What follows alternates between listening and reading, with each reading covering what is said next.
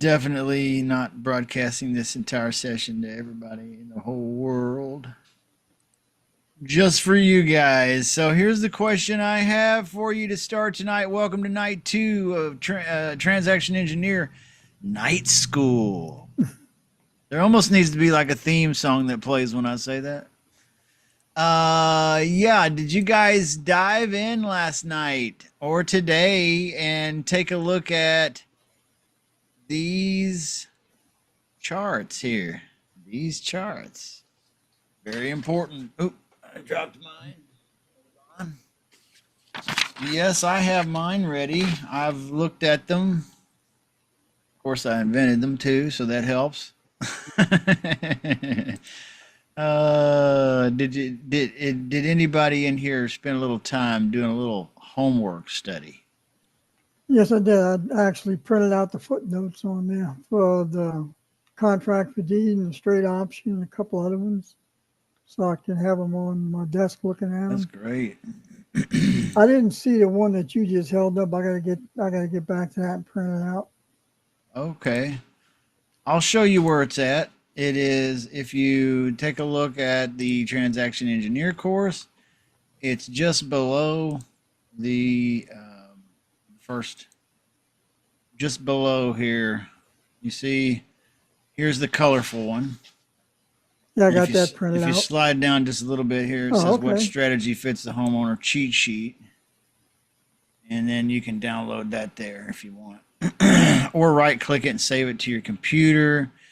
Either way, but let's talk pop quiz time. Are you guys ready? We got this cheat sheet and then we've got this cheat sheet. Now this cheat sheet here breaks down what strategies there be that we're interested in learning here. There's a lot of strategies and we could never really teach them all, nor could I ever be an expert in any of them like that because there's so many of them. So here is the second sheet. This breaks down what the nuts and bolts of the strategies are. And this breaks down a little bit what you're looking for as far as cues go when the homeowner says something. How do you know? How do you know when to apply what strategy? So that's what I have found is the issue with students. Oh, by the way, this is very informal. Feel free to interact back and forth with me tonight. This is probably not going in any kind of you can get the replay, but it's probably not going in any course or anything that we're ever doing here. We're just talking, you and I, tonight. So I want you to feel free to ask questions. That's what we're going to do. We're going to dive into these strategies. So very informal. But that's what I found is the problem that students face is number one, understanding the nuts and bolts of the strategies. And then secondly, when to actually pull that tool out of the tool bag and use it. So we got a good group here tonight. We got more people popping in. So, pop quiz. Can somebody name the 7 strategies we're going to discuss tonight? Just what are they? What are the names? Cash. Cash. Sub 2. Sub 2, yep. Wraparound. Wraparound, yep. Installment for deed. Yeah, that's another one. Lease purchase. Yes, lease purchase. Lease purchase. 2 more. 2 more. 2 more. 2 more. 2 more subjects. 2 more strategies. Yep.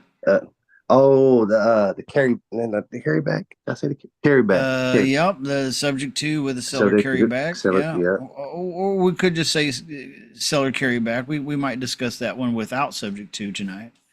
And then there's one more. Okay. Straight option. Straight option. Straight option. Okay. Straight option. Okay, so if you spent time doing a little study, then everybody, then you'll have a little bit of leg up on the competition here tonight. Rico did pretty good there. It's a big thing to start learning. Okay, so I want you to be patient with yourself, everybody. But let's just go through. And of course, you can go to the course and go through the modules as often as you need to or want to. And in each module, you'll see, like if we go to the cash offer module, you'll see there's some formulas here. There's an example here. There's what you would say to the homeowner to find out if this strategy would fit. Here's some things that the seller might say in answer to your question. So here's your question. Here's some of the things the seller may say in answer to your question that would indicate that this might be a good strategy for this homeowner. And then there is a purchase and sale agreement that fits this strategy down here that you can download. And there's a few questions that will test your knowledge. All right. So, and for each strategy that Rico just named, that is the same. It's the same for each strategy. So let's talk right now about all discount cash offer. All right, you guys ready to unmute your microphones and participate with me? Otherwise, this is going to be boring because I already know this information. And I want you guys to interact with me, right or wrong, doesn't matter, until you know this information. All right, so number one strategy is the all cash discount offer. Can anybody tell me who is usually the suspect in this particular the prospect? Who is usually the suspect prospect in this particular strategy? What is the homeowner? How can we describe him? That's be an ugly house, discounted, discounted. Yes, usually it's an ugly house that needs repairs. Can anyone tell me why an ugly house that needs repairs needs an all cash discount offer? Because the owner wants to get rid of it fast and he don't want to do any repair work on it. He just wants to get rid of it. Okay, let's dig a little deeper into William's answer because he's right. He said because the homeowner just wants cash, he wants to get out of it, he doesn't want to do any repairs. Why would he feel required to do repairs? For realtor. Yeah, that's a good answer. Rico's got a good answer. Can you dig a little deeper, Rico? It's not livable, probably. Maybe it's not livable. Maybe he can't list it with a realtor because it's ugly. Maybe the realtors around his area are like, nah, it's not livable. It needs this and this and this and this. What is another good reason why he might feel obligated to accept an all discount cash offer rather than just doing some repairs? Won't pass inspection. It will not pass inspection. That is correct. What is another reason? We're building on this same concept. Can you get financing? You cannot. Yes, Kevin, you can't. I think that was Kevin. I don't know. You cannot borrow money against it. Now, if you're a retail buyer. So in other words, if I'm looking to buy a home and I see a fixer-upper and I want to move my family into it, I can't go down to the mortgage company and get a loan. And the reasons why, because somebody's already said, because it won't pass inspection. The realtors don't like messing with them a lot of times. And maybe it costs a lot of money to do repairs, and maybe it's not even truly livable. Okay. So this homeowner is forced to accept a cash offer because cash is not a loan. Okay. Now, investors, they get loans to buy houses with cash called hard money. Okay, called private loans, private money. But what I'm talking about is conventional lending will not lend on a fixer-upper. So that leaves the homeowner in a weird position where he has to have a cash offer. Is that a motivated homeowner? Usually in some respect. Yes. Does anyone disagree? I think he's a desperate homeowner. Justin, what's the formula? The formula is actually on the course. We'll scroll down and take a look at it. After repair value, if it's over 300,000, equals, okay, here's how you do it. You take the ARV minus 15%. What's this 15% for? Anybody know? Repairs. It's for your buyer's profits and holding costs. Minus repairs, minus your fee. And that number, when you hit the equals button after taking the ARV, let's assume the ARV is 100,000. It says 300,000. Let's go with 300,000. 300,000 minus 15% is what? Somebody get your Casio out and tell me. 45,000.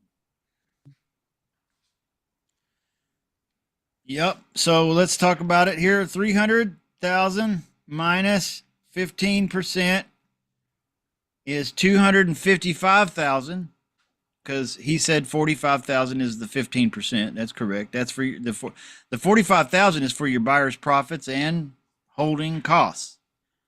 What are holding costs? Somebody tell me. I don't want to spend forever on cash, but we got to get into it. We might even have to do more of this tomorrow night, but let's get into what is holding costs. Us after the repairs, the marketing, and all that stuff. Even during the repairs, there's going to be security bills, Yeah, electric. electricity, water, sewer. There's going to be what else? Insurance. Insurance. Yeah. All right. So there's expenses here. So the 15% is for all of that, and what will be left over will be profits for the buyer that you sell it to. Or if you're the buyer, it will be your profits. Minus repairs. So let's assume after we take 300,000 minus 15%, that's 255,000 minus repairs. And let's assume the repair bill is 45,000. Okay, we're just going to stick with 45,000 as repair bill. Why 45? Because I just made it up. I'm guessing this is a fake deal. So 255,000 minus 45,000 is how much? 210,000. 210,000. Now, how much as a wholesaler do you want to make on this deal? At least 10K. 20,000.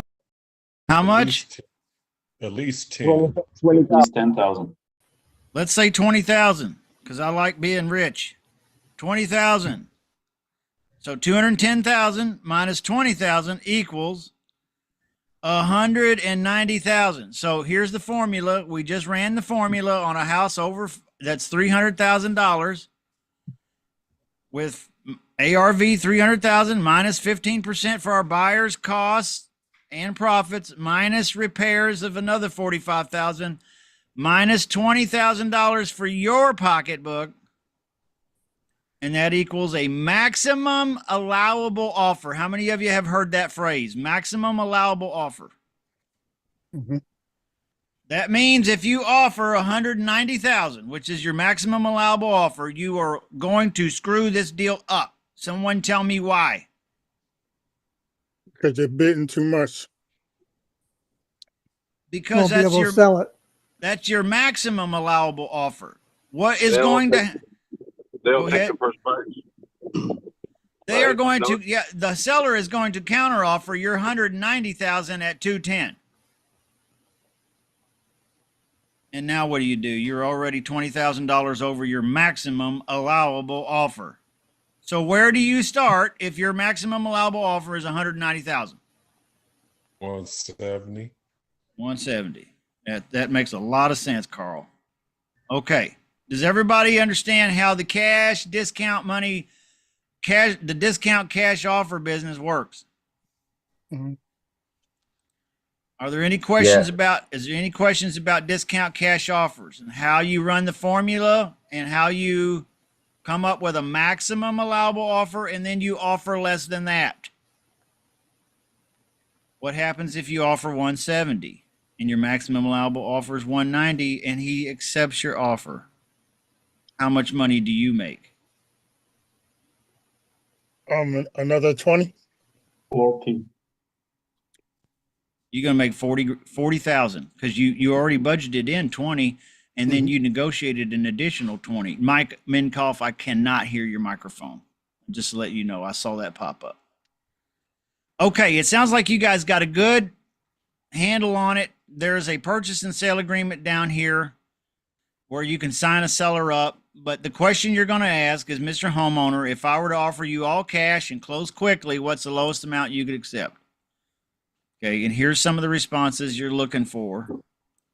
All right, it works best for distressed properties or properties in need of repair, sellers who need immediate cash or are facing financial pressures that need to just get rid of it, get out from under it. Sellers who prioritize speed and certainty over getting the highest price. Okay, that's discount cash offer. Now let's move to the tough stuff. Okay, this is not tough, but it feels tough when you first look into it. Let's go to the subject to module. Okay, so I'm going to go ahead and switch over here to the screen and show you the subject to module. Right here, subject to the agreement, subject to agreement, subject to. When we say subject to, what are we saying? Subject to the Subject to the existing mortgage. Subject to the existing mortgage. Someone tell me, what does that mean? Take over the seller's mortgage payments. Why in the world would any seller let you take over paying their mortgage and let them walk away from the house? Why would anybody ever in their entire lives want to do that? Behind Man, on payments and going through no. foreclosure. Okay. This strategy is best for sellers with little to no equity in the property. And you might be saying, well, but Justin, there's a bunch of properties out there that have a bunch of equity. Somebody tell me, what does equity mean? I'm surprised I've had some students in my group that don't know what equity means. It's the difference between the value of the property and the loan. The difference between the value of the property, for example, the house is worth $100,000, but the mortgage that he owes is paid down to $55,000. How much equity is there? 45,000. 45,000. Okay, so you guys know what equity means. A straight subject to, which is what we're talking about right now, is best for sellers that have little to no equity in the property, meaning the house is worth $100,000, they owe $98,000. Okay, you see how there's very little equity there? How much equity is in that deal? Say it again, Lou. I said $2,000. Two grand, yeah. A nickel. That's right. Okay, so straight subject to is best for sellers with little to no equity. It's also good for distressed homeowners who just need relief from mortgage payments and want to avoid foreclosure. So that means they bought the property how long ago usually? 2 years. Or maybe 2. 2 years ago, two or 3 years ago. Yeah. Yeah. So if you hear a homeowner say, yeah, we bought this house in 2001 and we're just trying to get, we're not trying to make a bunch of money off of it. We just want to get out from under it and kind of get on with our lives. What are they saying to you? You're in trouble. Yeah, they're saying, I'm a possible subject too. I'm a possible subject too. I've got no equity. Okay, everybody following me? Yeah. Now, here's where the beauty of it is. If you have a subject to possibility like that and they bought it in 2001, what was their interest rate in 2001 when they bought that property? What's their mortgage's interest rate? 3%. 3.5%. What is the mortgage interest rate today? 6.9. 6.9, 7, 8, depending on your credit, 10. Just, Okay. I had a house in the neighborhood. It said subject to, or no, the sign said that you could take over the mortgage and with a low interest rate, but they wanted like 8,000 because the values went up, right? 8,000 for what? $80,000. He wants 80. $80,000 to assume the loan. Okay. Well, first of all, let me say a couple things. We never assume any loan ever. This is not a loan assumption. Okay. Okay, we are not. What does it mean if I have a homeowner say, you can assume this loan? What does that mean? Go out and get a loan to pay for it. That means I'm responsible. Yeah, that means you can go to the same guy I went to get the loan, and he'll switch my name out for yours and hook you up with a nice bill. That's what that means. Do we ever do that? Do we ever promise that we're ever going to pay somebody's mortgage by assuming that loan in our name? No, No, What about our Never. LLC? no, No. Never. Okay, never, ever. I don't ever want to hear anybody in this room ever try to assume somebody's loan. I will come over to your house and tap you lightly on the head with a ball peen hammer. Because you got a screw loose somewhere. I got to find it. Okay. So homes with low interest loans, 2001, 3.5%. That's when they bought the house. What does that mean their payment is if I take over maintenance of that mortgage? That's what I'm doing. I'm not assuming it. I'm just going to take over the maintenance of the mortgage. I'm going to pay the mortgage for them. Mhm. It's going to stay in their name, but I'm going to keep making the payment. What does a 3.5% loan payment look like back in 2001? Somebody give me a general idea. How big is the, $1,000. 1,600. Yeah, cheap. That's all you got to say is cheap. That's all you got to say. Gee, All you got to say is it's cheap. Why do I say that? Because it's cheap. Because if I get this house subject to, and I'm making a 3.5% mortgage payment for this property on behalf of that homeowner, what does that mean I can do with this property every single month that I own it? cash flow. Yes, You bet it. You bet it, guys. Cash flow. Why? Someone tell me. because the Because you can monthly keep- payment you charge the new buyer will be higher than what you have to pay the loan on. Because let's assume my 3.5% loan was $1,200 a month that I'm paying for the homeowner. But what are rents now? So Around About 16 to Depends. 1,800 a month. Yeah, like the average in America is like 2,200 right now. Yeah. Yeah. 2,000. Yeah. Somewhere. Yeah. Did I just fall in a big old pot full of golden honey? oh yeah. Did I have to put a bunch of money into this? No. No, What kind of money did I have to put into this deal to make it work? 0. Maybe zero, maybe a little moving money. Remember, there's the difference between 100,000, which is the value, and his loan was 98,000 because he's only had it for 3 years and he ain't hardly paid down nothing because you don't pay down much of anything in the first 7 years of owning anything. Yeah.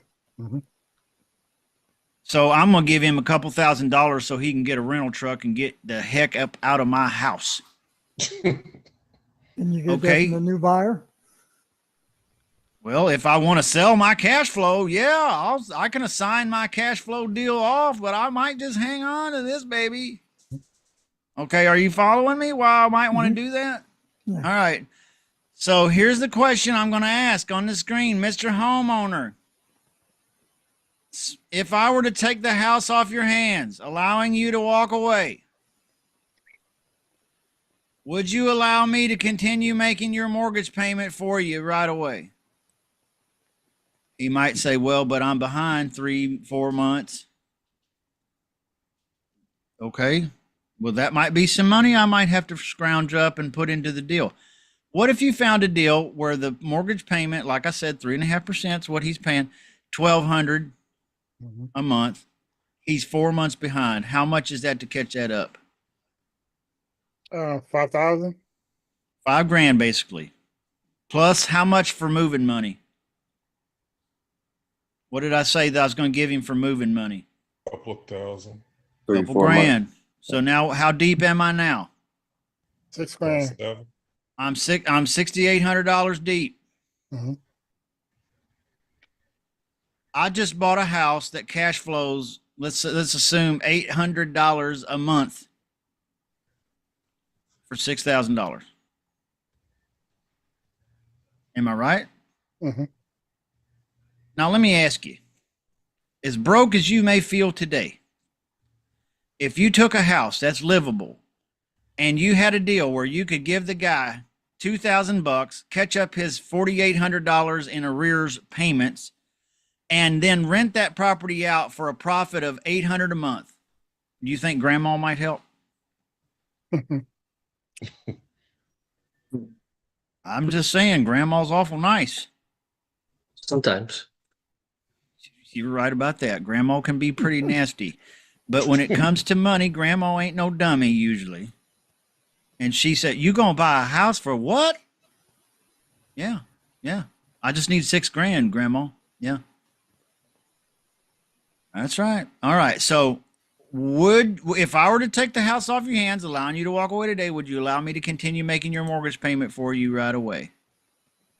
I'll even give you $2,000 to get the rental truck and get your stuff packed up and get moved out.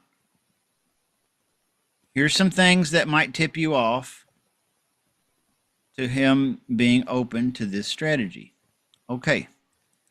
And there is an agreement down there, and I'm going to do some separate videos, not a part of this class, but I'm going to put out some instruction videos on how to fill out these agreements, okay, coming up in the next week or so. Okay. I just have to get to it.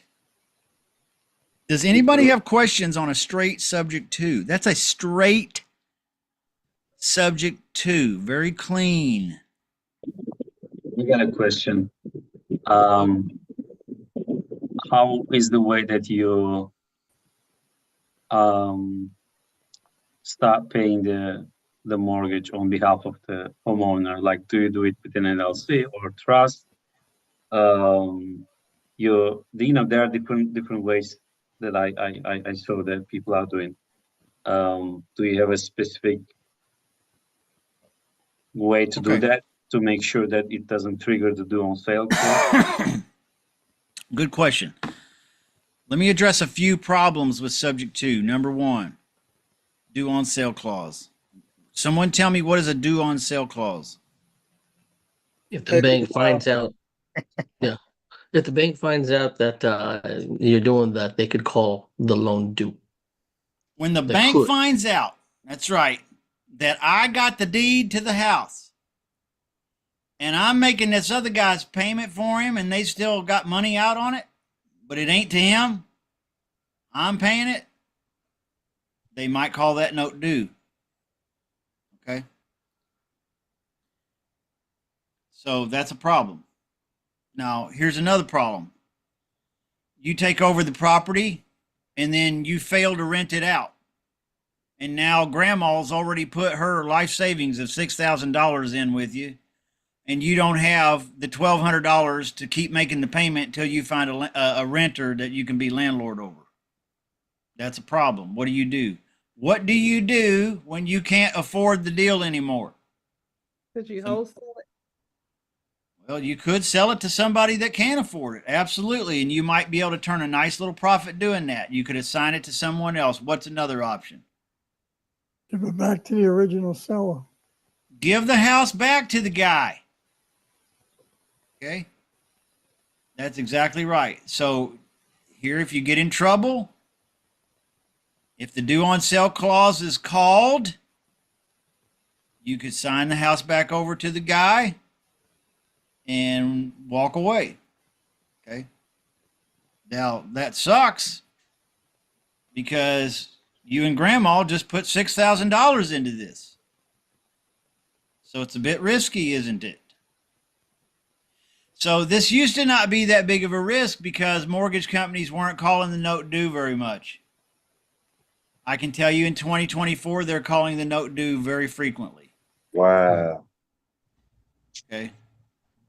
Banks used to not want to own properties. That has changed. They want to own them all now. Wow. Yours and mine. Okay. What will a bank do when they buy your or they foreclose on this property by calling the note due, and then you don't sign it back to the original owner, and all this gets all jacked up, and the bank ends up taking the house back? What are they going to do with it? Put it up for auction. Who's going to buy it? Some investor. Who is the investor?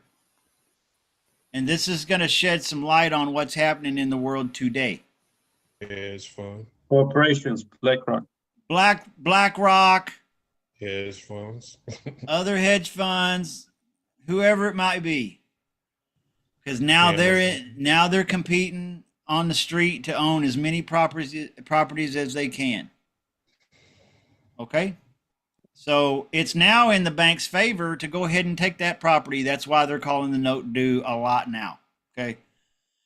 Is a subject to still worth doing? Yeah. Yeah. Sure. May I ask a question? Sure. I was looking at some stuff online on YouTube, and they was talking about executory contract. Selling, giving the house back to the seller, and then rebuying it person with what they call executory contract or something like that. Yes, we're going to get into executory contracts. That's another way of saying installment for deed. Oh, okay. Okay, we're going to talk about installment for deed when we get to that particular strategy, but that's also called an executory contract. Now, to answer Rafe's question, the best way to do a subject to is to find a good closing attorney or a title company and have them structure the paperwork in such a way that it is put into a trust. Okay.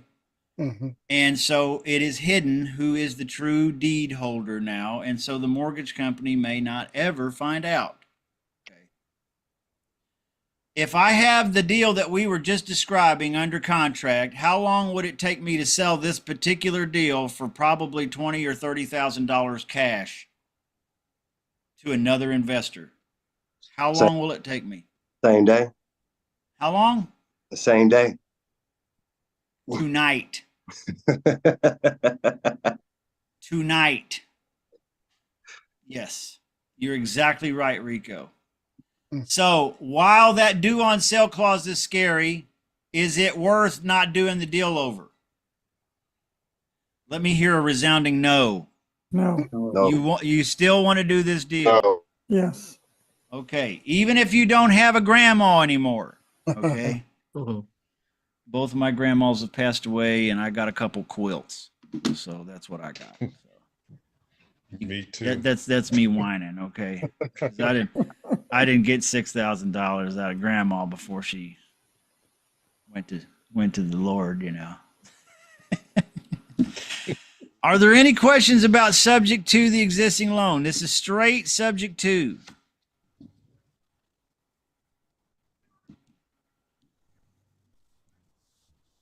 Here's a pop quiz. Does the deed transfer? Yes. Yes. How quickly? As soon as 7 you to close 30. on it. 70 days. Yeah, as quickly as you can get the title attorney or the closing attorney, the title company to set it up and close this bad boy. Okay. All right. I got a question. Yeah, Michael. What do you do with how do you do the insurance? Good question. What you do to the insurance is there's several ways to do it. I know I'm not an insurance professional, but here's what I know and what I'm comfortable with. And Mike, I still have not been able to hear you, Mr. Minkoff. Is to add yourself, okay, or the investor, whoever's ending up with this property, as an additional insured. Okay. So in other words, who is the insured right now currently on this property? A homeowner. Homeowner. Yeah, the original homeowner. Now, if I add myself or if I'm added as an additional insured, what does that mean? Or is mortgage company nothing? Just can I call for claims? So what will happen when any of the insureds, you or the original homeowner, calls and says, hey, the house caught fire and half of it burned down. A tree fell on the other half. We got problems. They are going to send out a claims adjuster, and the claims adjuster is going to do an analysis on the property, and he's going to determine what the check size should be that's coming from the insurance company. And it's going to have a mandatory requirement that whoever gets the check have the original insured, which is the homeowner, sign it. You as an insured will also have to sign it. And who else usually has to sign it? Right? Bank. The bank. Okay. Yeah, that's been my experience, and I've had that happen. So I don't know. I mean, not both the fire and a tree, but but I have had to go and have several people sign it. Why is this important that you add yourself as an additional insured? And if you're doing this in a trust, then you got to have the trust added as an additional insured. The insurance company won't pay the claim. Well, the insurance company will pay the claim, but they'll pay it to the original homeowner, and then what? Then they keep the money. Out of luck. He's going to say, ooh, yeah, I hit the lottery today. I don't even own this house anymore, and they sent me a check for $85,000. Woo, woo, woo, woo, woo, woo, woo. And then you're going to be calling him going, hey, man, I need that money. I got to get that money. Good luck. So you got to sign off, okay? You got to sign off on that stuff. So that's why you want to add yourself as an additional insured, or the trust has to be added. Trust, yeah, thanks, thank you.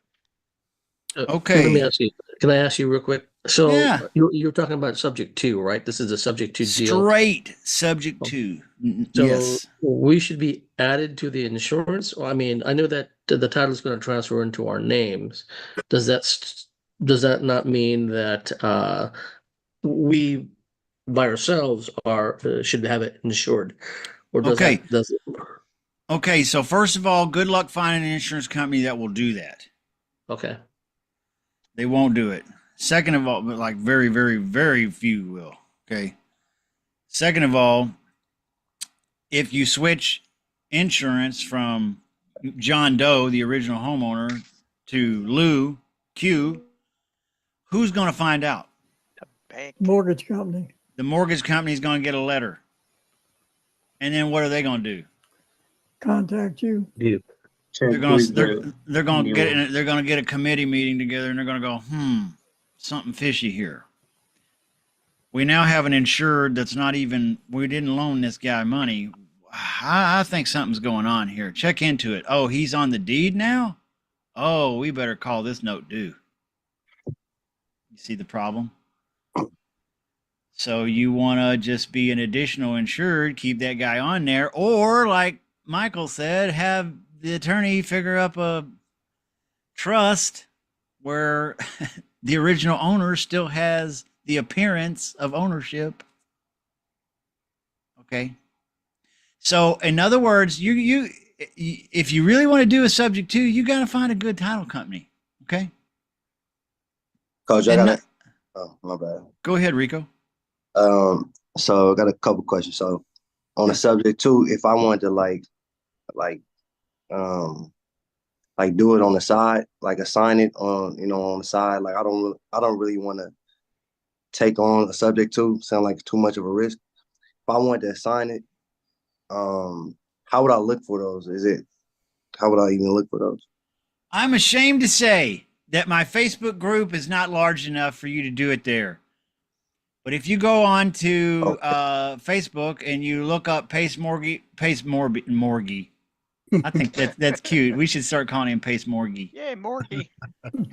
If you go to Pace Morby Creative Real Estate Group, he has like 150,000 subscribers or something crazy to that group. I don't know. I think he was on A&E television, and that helps. One of these days, I might be on TV too. Hopefully not on the news channel. Maybe.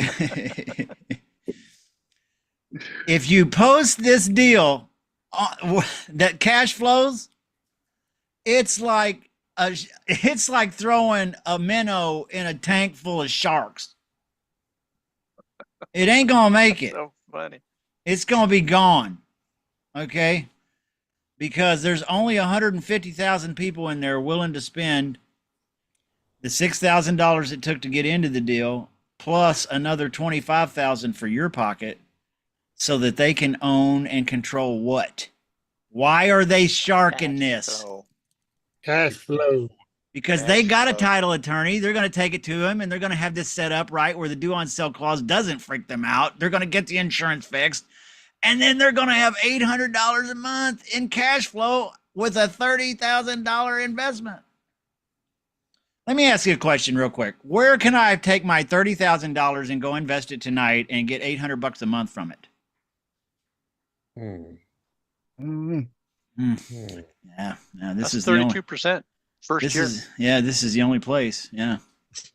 Yeah, this is it. So they are in my vernacular, bout it.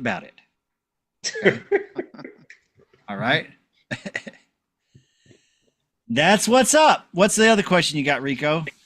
So like if I wanted to do like a small campaign, basically, how many would you recommend? Like where would I start? I would recommend if you're going to do a small campaign, you go get data that is exactly what we just described. Homeowners who have purchased a house in the last 5 to 6 years, maybe 7, and they are in pre-foreclosure or what is known as a notice of default. Does that make sense to everyone? Yep. How many numbers is a good batch? Get them all. There's not that many. Not that many. I don't care where you're looking. There ain't that many of those. I mean, there's a fair amount, but there's not so many that you're like, oh my gosh, there's thousands upon thousands upon thousands of these. No, just get them all. There might be a couple, 200, 300, maybe, or 500 or whatever. And you know what? One of the best ways to go get those deals is go knock on the door.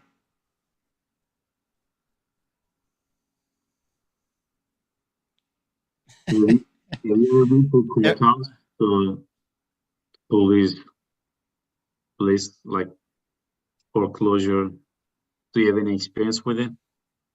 Say that again, Rafe. I couldn't really understand. Have you ever been to courthouse and then did you ask for the foreclosure list? Any experience with it, or what do you think about it? I use PropStream for all my data needs. Okay. If what you're starting to think is well, you know, those foreclosure deals, they all get auctioned off on the courthouse steps. Usually who buys those? Anyone know? Operations. The bank. The bank. The bank that lended and they're still owed 98 grand on this deal. Are they going to let you come in and get it for 40? Hell no, they're not. They're going to go buy it back. If it's even that complicated. Here in Missouri, they can foreclose and take the property back in 2 months without even having a hearing. Non-judicial. Yeah. Now, so in your state, it might be different. There's judicial states and non-judicial states. This happens to be one of those that might be a little mix of either one. But I can tell you in a lot of cases, they'll do it so fast around here, it'll make your head spin. And who always ends up with it? The bank. Okay. So going down to the courthouse and trying to bid on properties is this is not what I'm referring to. I'm talking about getting a data list off of PropStream or somewhere else. Now you can go down to the courthouse and get notice of defaults. Yeah, sure. Liz Pendens is also what it's called. However, that just is more work. I'd rather just buy it from somebody. I'm going to spend all day up there going through files looking for notices of default or Liz Pendens. That's crazy. I'd rather just get it off PropStream for $97 a month. Okay. All right. Just my opinion, everybody. All right. Anybody got any more questions about straight subject 2? We are not going to get through this entire list tonight, but we will continue this tomorrow night. It's probably, yes, go ahead, Carl. It's for Rico, what's called when you saying who will you get, who will be the sellers or want to buy your thing? I look for Bigger Pockets. If you ever heard of Bigger Pockets, Yeah. Bigger Pockets are a huge platform that Yes. you can rid of your something like that. Yes, that's true. I appreciate that. Anywhere you find actual investors that have money and are looking to landlord properties, they will sleep on your porch tonight to try to get to it. Okay. Do you know why people sleep on other people's porches? Or have nowhere to go. Money. You owe me some money, or you got something I want real bad, and I'm sleeping on your porch till I get it. Not over here. Oh, where I it's all a metaphor, Carl, but yeah. Okay, any other questions about a straight subject to? We're going to do one more strategy tonight, and this is going to be easy because we're going to tag on to what we already learned. Anybody else? Okay, let's jump into the final strategy we're going to discuss tonight, and that is we're just going to skip wraparounds for tonight because we're going to save it for tomorrow. And we're going to go into subject to, because we already learned subject to, but this time with a seller carryback. So on the course, I'm going to go there. There's a description. Here's how it works. Seller carryback. Examples. Mr. Homeowner, here's the question you'd ask. If I were to take the house off your hands, allowing you to walk away, would you allow me to continue to pay your mortgage payment and also make a small payment to you every month for your equity until you're paid off? What is equity? The difference between the what's worth and what it's owed. Money. Yes, this is not the guy that bought the house 4 years ago and he only has $2,000 worth of equity, where the house is worth 100 and he still owes 98. This is where the guy owes 55,000. The house is worth 100. Just as an example. So there's a lot of equity there. He's ready to be done with the house. He wants to walk away. He needs to get away. He's leaving at the end of the month if he can find anybody in the world to help him get away this month. But he knows he's got 45,000 in equity sitting there and he wants some of it, if not all of it. Does that make sense, everybody? Yep. There's a difference Yes. between a straight subject to and a subject to with a seller carryback. This is best for sellers with some equity who are open to carrying a position of it as a second note. Okay, does anybody know what a seller carryback means? Seller will take the payments. For He's his carrying equity. the debt. He's Yes. he's carrying that as a note. So in a subject to with a seller carryback, you're going to be maintaining that man's mortgage. You're going to get the deed. You're going to maintenance his mortgage. You're going to make that mortgage payment for him on that 55,000 he still owes. But you're also going to create another mortgage that you pay him every month. And that's for the 45 that you owe him. Okay? And maybe it's not the full 45, maybe you cut a deal and you only going to give him 30 or 25. Okay? Does that make sense? Yeah. Will that second note? I mean, I guess it depends. Would it be a 30-year or would it be an ARM? Would it be how is that structured? I am going to figure that out based on what? Someone tell me. When I get to that bridge, I'm going to cross that bridge based on what metric? Cash flow. Cash flow. Bingo. Michael gets a gold star and his name written on the board. Why do I say cash flow? Why does Michael say cash flow? Going to determine whether or not, how much we can give back. Yeah. Because if I'm in this guy for a $1,400 a month mortgage payment that I got to pay for him, and I also now have to send him $900 for 45,000 or 30,000, whatever it is I can get for his equity, what's that put my monthly nut at for this property? $2,350. $2,300. Yeah. What if it only rents for $2,200? not Got quite. 100. Can I do that deal? Sure. Why would I ever do that deal? Couldn't you do it if you just get an agreement, he gets that only once the property sells? That's a brilliant idea, Mike. Mhm. But that's not necessarily a seller carryback where you Oh. have a monthly payment. Okay. Okay. That is, I'm going to pay you your equity when and if I cash this whole deal out and I'm all finished with it. Mhm. That's also a possibility. I'm glad you're a thinking man, Mhm. because that's the best way to go. Or could you like say you give him X amount every couple of months, something like that, or quarterly? You can do anything you want. This is creative real estate. You can promise him that you'll come over and cook him dinner 3 nights a week. Okay. It's all up to you and what he likes. Maybe he likes you. Damn. Can't do that. All right. So, you got to figure out here, what's the cash flow? If I can rent this property for $2,200 a month, Mhm. I'm maintaining his mortgage payment for $1,400. And why would there be a difference like that? His buy price. Because he bought it a long time ago and his mortgage rate wasn't 10%. And the rate. Yeah. Yeah. Right. So, and the rents have gone up crazy. So if I can rent this property for $2,300 and I have to maintenance his $1,400 mortgage, how much do I want to give him for that second note for equity that he has? Maybe 100. Well, let's buy. How about a Dr. Pepper and a cheeseburger? All right. $100. He ain't gonna like that. What if I give him $400 a month?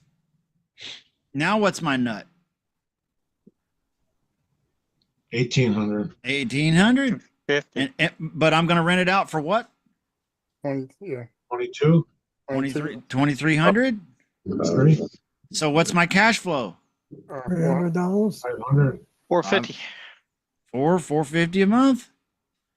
If I Okay. put this deal on Pace Morby's Creative Real Estate Group, how long is it going to take me to sell?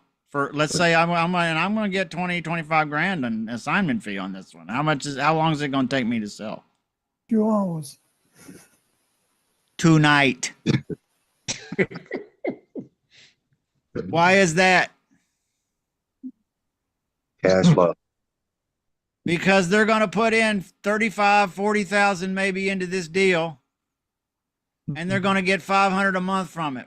Well, let me ask you, where in the world can I take my $40,000 tonight, invest it, and get a guarantee of 500 a month? What retirement plan do I go look into? Anybody? Shotgun method.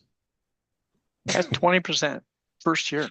The only place I know to get that kind of money is if I go sleep on Lou's front porch. 13%. I mean, if it 13%, would you sleep on my porch for 13% ROI? Well, you live in a nice weather area and it wouldn't be too bad. There's probably an In-N-Out burger somewhere nearby. Yeah, very close. Plus the money, there's that, there's the money. I figured you got a big screen TV. I could come in, you might be cooking, If the cash flow is almost non-existent, let's say I'm only going to cash flow $150, what do I do? Bye-bye. It's just not worth it, y'all.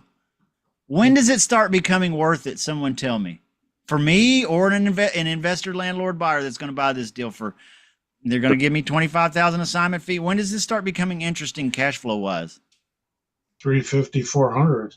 Yeah. 455 maybe. Yeah. Somewhere in that range, but if you're throwing a deal at me, it's going to cash flow me $125 a month. You might be sleeping on somebody's porch. Okay. So no. It's all about cash flow here, right? Okay. So does anybody have any questions about a subject to? Now we talked about straight subject to. Then we just discussed a subject to with a seller carryback. Does anybody have any questions about a subject to with a seller carryback? Does that get recorded? Is it recorded? What do you mean? Is the note The second recorded? note, yeah. I would imagine so. Yeah. I would imagine the guy wants it recorded, even if it's some kind of a memorandum to cloud the title. You need a sub-2 agreement Yep. as well? So what you'll have here at the bottom of the screen on this module is you'll have a document that gives you the ability to purchase the property subject to, and then it also has a section in it where you can build in your second loan that you're going to pay in for the equity. Yep. So there has to be two deals here. There's the mortgage takeover, and then there's the equity payoff, right? So I'll do another video outside of this class where I talk about how to fill that out. Okay. Does It's not anybody gonna have alert the bank? no? Not at all, huh? Probably not. I mean, to cloud the title just with a memorandum of agreement or something like this, probably not going to cloud the probably not going to alert the bank, because I mean, if you think about it, if you have a guy come out and paint the house and you don't pay him, he's going to go down to the courthouse and file what? Lane, yeah. A mechanic's lien. Is the bank going to call you up and say, "We got problems, buddy"? No. They ain't going to Okay. say nothing. Yeah. Okay. Again, you need a good title attorney or a closing attorney to set all this up right. Okay? Because you're going to need a trust, and you're going to need a second note written up, and you're going to need a memorandum at the courthouse or whatever they suggest, because I'm not a lawyer. But that's the thing. That's how you think about this. Cash flow. Okay. All right. Is there any questions about subject to with a seller carryback? Okay, we've been going for 1 hour. Yeah. If you got five, go ahead, Rafe. I got a question. So all these payments, they go through the servicing company. What is the best way to make sure that everybody gets paid? And Yeah, it's a great nothing idea. is like- Yeah. Yeah, just hire a servicing company. Yeah. You send the mortgage payment to a servicing company. They pay the mortgage. They keep an electronic record of absolutely everything. You send the equity payment every month to the servicing company. They send it to the homeowner. There's an actual record of absolutely everything by a third party. It's a brilliant idea. Yeah. Who's usually can the escrow company be that servicing company? Do you have to set that up with them, or Some how's of that work? them, some of them will, Oh, some of them yeah. won't. Okay. You just got to ask them, and they might say, "Well, we don't do that, but we can recommend ABC, blah blah blah." Okay. They do that. Some of our clients do this. Okay, I can tell you in Kansas City, there are one, maybe two closing title companies here that will do these transactions we've discussed tonight. Do you know how many title companies there are in Kansas City? Probably well over 100. There's one or two that will do these. Wow. They're specialty deals. What are they? What are these other title companies closing? Retail. Retail deals, cash deals, retail deals. That's why you got to join your local club and find out who's doing this. Who's the closers on these? Okay. Now, that's not a discouragement to you, because there's people all over the place that will still do these, but you got to find out which one. If you open the phone book, nobody has a phone book anymore, but if you open the phone book and you start calling title companies, you're going to wear yourself out. You might as well just join an investor club near where you are and ask who is the title company or closing attorney that's doing these subject twos, or maybe subject to with a seller carryback. And there's someone around. Okay. All right. Does that make sense, everybody? Yep. Is it worth doing a little bit of work like that to make a check like this? Yeah. Yes. Maybe. I really hate the phone, and talking to people. I woke up on Lou's porch this morning. I don't know how I got there. I don't feel like doing anything today. All right, if you got 5 minutes, we'll do one strategy more that's not on the list. What if it's a subject? What if it's not a subject to with a seller carryback because the guy has no mortgage? Someone tell me what is just a straight seller carryback? Owner financing. Installment for deed. Is it? There's a difference between installment for deed and a seller carryback. What is the difference? Someone put your thinking when you cap get- on and bring the Oh. genius out The here. deed, the you deed is do- the difference. Title deed. isn't transferred. Title isn't transferred with an installment. Okay. The deed does not move until the whole deal's paid off in a contract for deed, land contract, an executory contract, an installment for deed. All of those, the deed is staying in the original guy's name. In a seller carryback, there's a couple interesting things that are happening here, characteristic wise. What are they? Someone tell me. Deed's recorded. The deed is going to change in a straight seller carryback. Title transfers. Yeah. The deed to the property is going to move to the new investor, you or whoever you sell your deal to. What is going to happen with all the money that gets owed to the homeowner that just sold the property? Oh, no mortgage or deed of trust. There's going to be a mortgage placed on the property, and the original homeowner is going to be the bank. Is that simple enough or what? Yeah. So the This is property's so the That's not property's right. the property's worth 100,000. You make a deal to buy it from the guy for 90,000. Seller carryback because he doesn't have a mortgage to maintenance. There's no subject to you can do here. He owns it free and clear. Free and clear. What's that mean? No mortgage. No mortgage. No debt. He has no debt on this property. So Just owner When he- financing. That's what it is, right? I mean, so when he sells the deal to you, he sells the deal to you, seller carryback. That means he's gonna float you a loan for 90,000, and he's gonna be a mortgage guy, like the mortgage on the deed. He's gonna be the bank. So that works for what type of properties? We just told you, but you got to think about it. You can fly by it real fast if you don't. High equity, like Free and full, clear. It works for properties where I couldn't understand you, Rafe. It works for properties where it's free and clear. Do you ever have a homeowner tell you, "Well, we don't really owe anything on this property"? Mm-hmm. This was This is the second house that we bought, 12 years ago. We don't really have a mortgage on it or anything. We own it free and clear.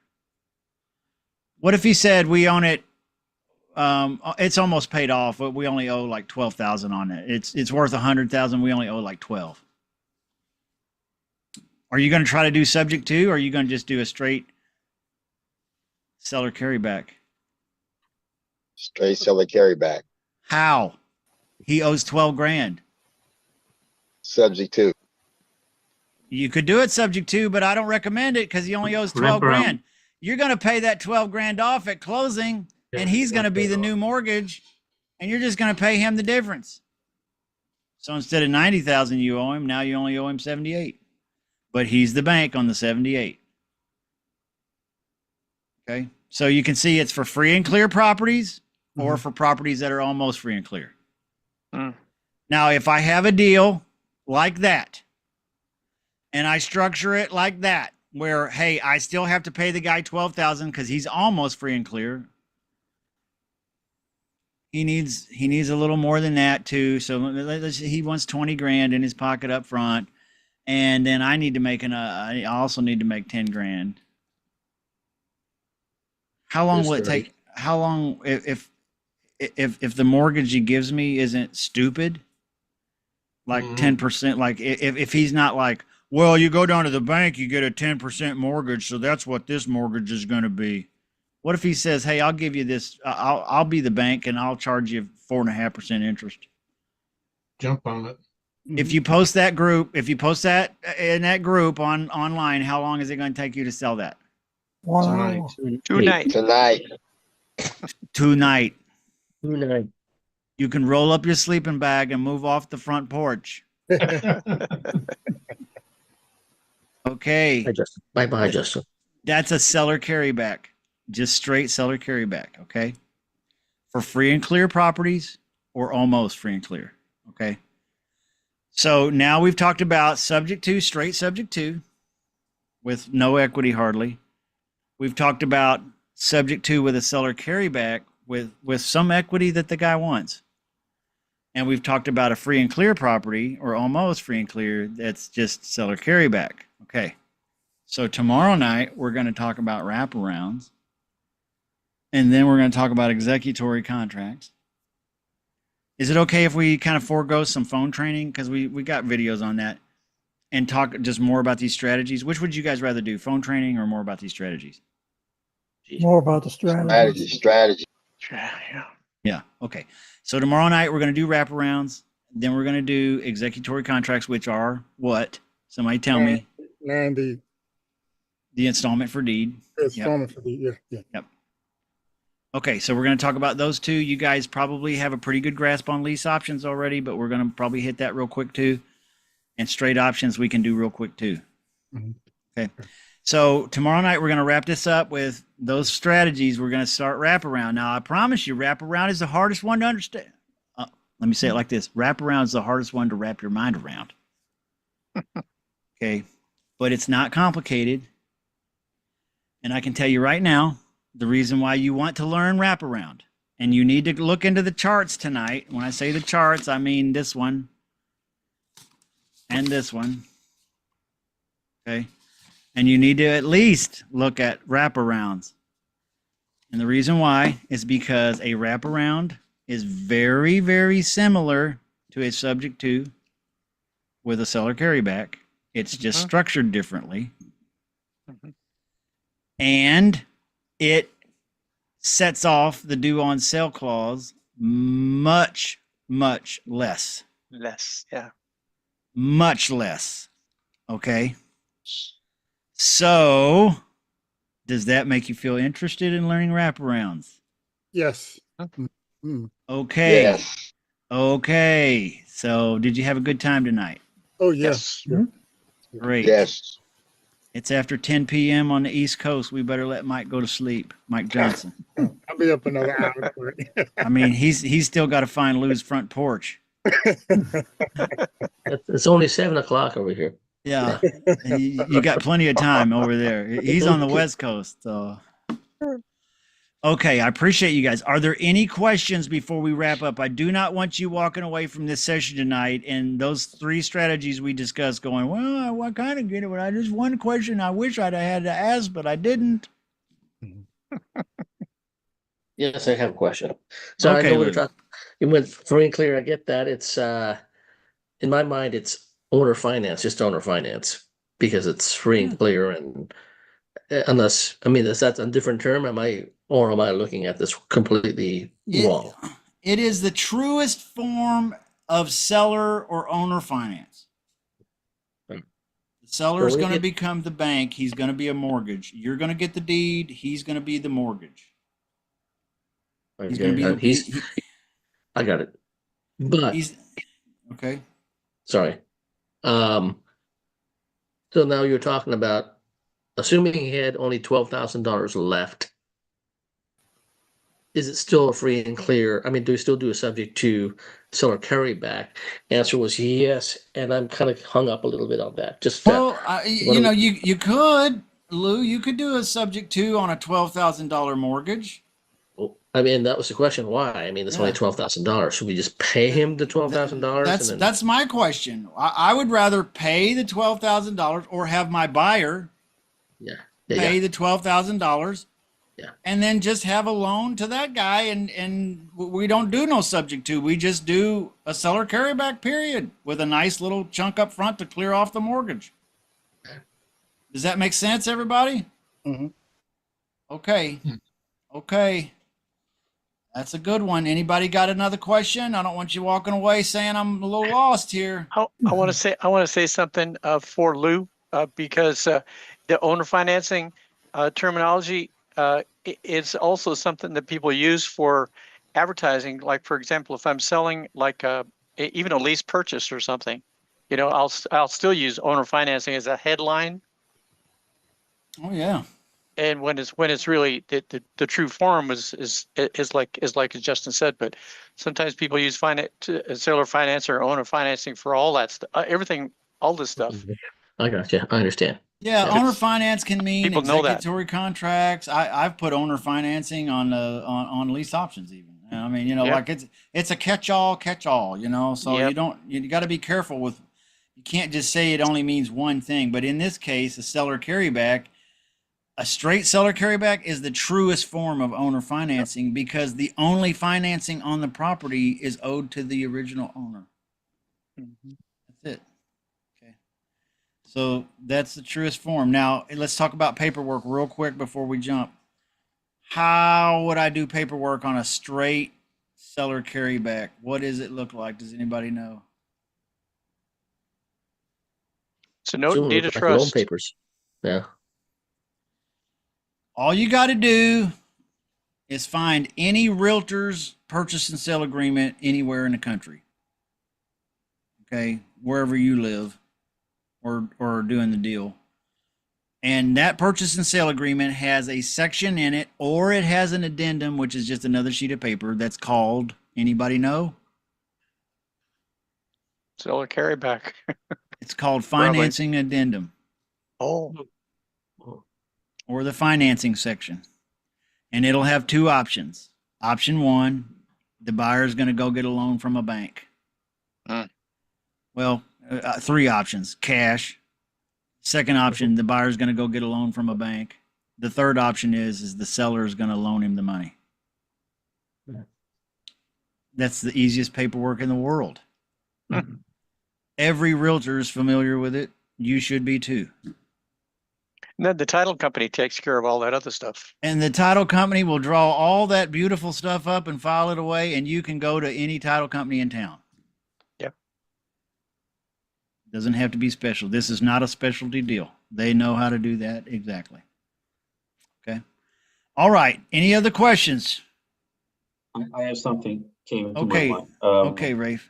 What type of keywords can we find on MLS pointing these strategies that the homeowner is willing to agree with one of these strategies that, you know, we specifically look for these kind of advertisements and listings?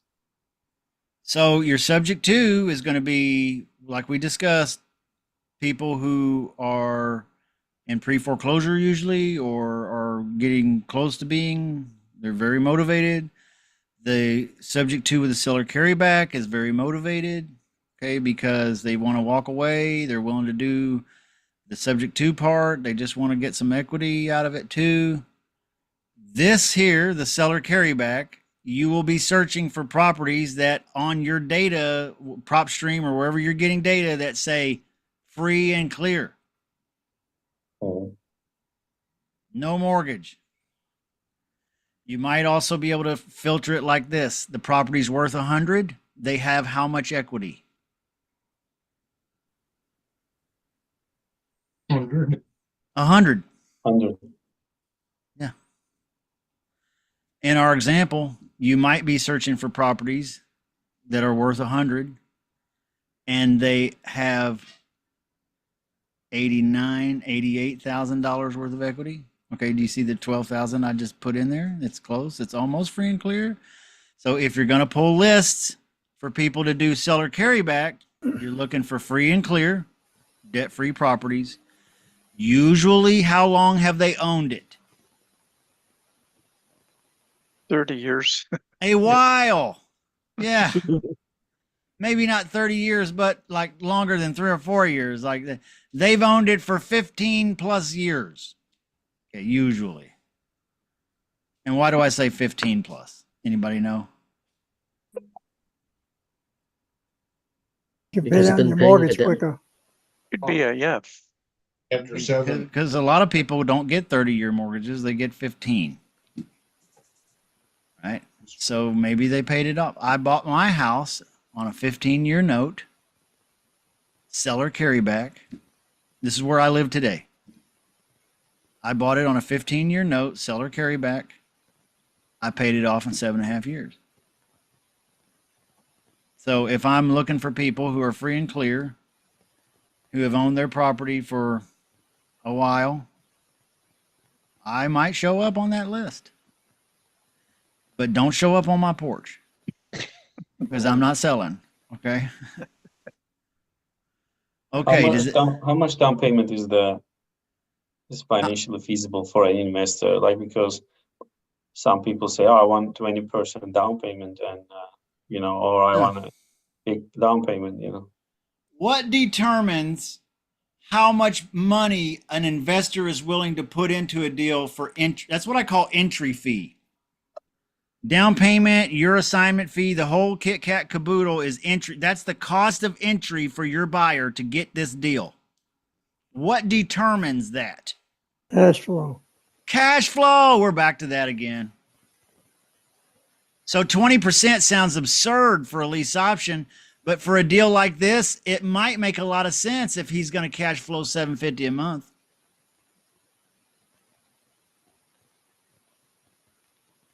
Am I right? Mm-hmm. Okay, so you got to think in terms of cash flow, guys. Now I know this is a different look for most of us here because we're always thinking about assignment fee and option fee and blah blah blah. You got to start thinking like an investor, which is what we were talking about last night. Coming up in your game to be the investor, start thinking about cash flow. The entry fee might not be that big if it's cash flowing real nice. If it's only cash flowing 400, let's say it's cash flowing 400 a month, and I got to put in, the investor has to put in $90,000. What do you think now?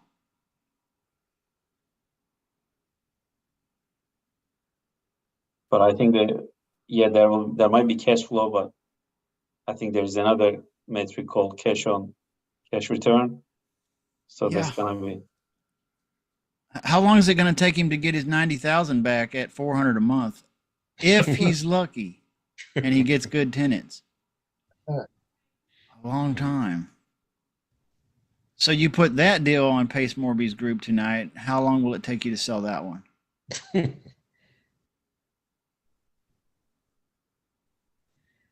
Anybody got a guess? Somebody will probably tell them it's too high. It's not going to sell on the market. Yes, but you're probably still going to find a dummy out there somewhere in the next week or two who's going to do it anyway. All right. And that's just the way that works nowadays. That's Pace Morby and his Gators. But I wouldn't recommend trying to set up deals where they got to get in real deep on the entry fee and the cash flow is real small. What's ideal? Just the opposite. Low entry fee, nice cash flow. Okay. If I'm an investor and I've got $90,000, start thinking like an investor. Start thinking like a person with money.